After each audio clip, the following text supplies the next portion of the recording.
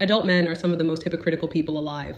They'll tell you they don't want a woman who sleeps around, but the moment you say, "I'm waiting until marriage, is that okay with you?" they disappear before you can even finish the sentence. They don't want a woman with a sexual past, but they have zero interest in celibacy. They'll stick their dick into anything available, but still demand purity from you. This post is a perfect example. He's against contraception, but also against abstaining from sex before marriage. Make it make sense. Here's the deep truth. The burden of contraception always falls on women. So for him, there's no moral dilemma. He can just say contraception is evil because it's not his body, not his hormones, not his health. It costs him nothing. Men are always morally outraged about things that only affect women's bodies: abortion, contraception, even breastfeeding in public.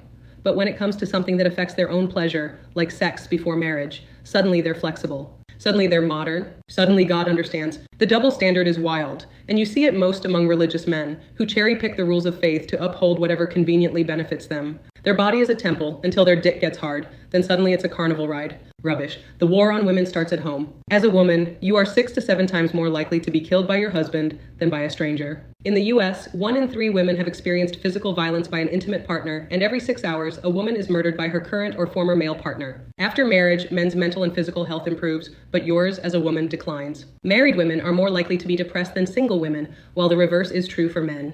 And that's not all. Women who date men carry double the domestic workload, even when working full-time. We also do 70 to 80% of the emotional labor, the planning, the nurturing, the reminding, the checking in. To make it worse, marital rape is still legal in nearly 50 countries, and in many parts of the world, the law actively protects men who beat and harm their wives. Everything I've just said is fact, not opinion. Statistically, most heterosexual relationships harm women, not just emotionally, but physically, economically, and existentially. Sure, some women date men and thrive, but for best results, assume it's not you. So when we talk about patriarchy, we're not just talking about policies or politicians. We're talking about your boyfriend, your husband, your situationship. Because the relationships we have, especially with men, shape the quality of our lives. And most of those relationships have been designed to harm women and make us shock absorbers for male dysfunction, including you, whether you admit it or not. If you're a woman who dates men, whether single or married, you have to take daily intentional steps to stay rooted in your power. Because in a system built to suppress women, your survival and your joy depend on how aggressively you stand up for yourself. No one is coming to save you. Well, except me. I send out a daily feminist relationship tip to help you date men without dimming yourself. They're short, sharp, and deeply practical. Texts for women who still want love, but refuse to suffer for it.